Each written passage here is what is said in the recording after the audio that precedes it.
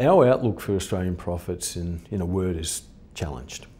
We think about the Australian equity market in three major components. We look at resources, we look at banks, and we look at industrials. When we look at resources, they're the bright light for the equity market at the moment, mainly because commodity prices have rebounded quite strongly this year. But that's mainly because of supply constraints, particularly with iron ore. On the volume side of things, not so good. Global trade is challenged. Trade frictions are real and volumes are falling. There's little doubt about that. So when we think about the outlook for resources, it's difficult to project. So we think it's a challenge. When we think about the banks, well, we've just had the Royal Commission final report lodged, and again, there's little doubt that the major banks are going to have to adapt their business models to the Royal Commission. They will be able to charge less fees. They're going to have probably less volume because consumers want less debt.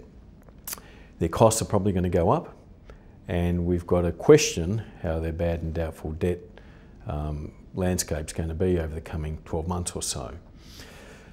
We've also got to think about the state of the property market for the banks. Now, we've had 16 consecutive declines in national property prices, and that's actually more than we've seen at any point in time since really financial deregulation back in the 80s.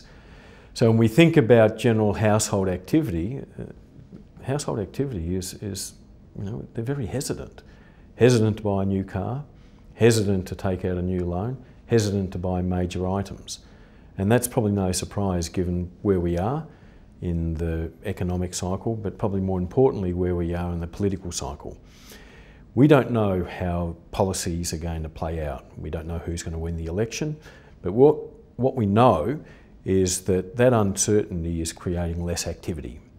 So when we think about the industrial companies, the consumer is tapering their activity, and ultimately that's going to flow into less profits.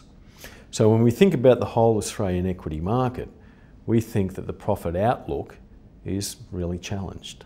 And we think that we have to consider that this may not change in the near term. So we shouldn't be surprised that the Australian dollar today is as low as what it was during the GFC. We shouldn't be all that surprised that the Australian 10-year bond yield has now gone below 2%. Things are difficult, and we think that it is the time to be patient, and we think it is the time to be cautious.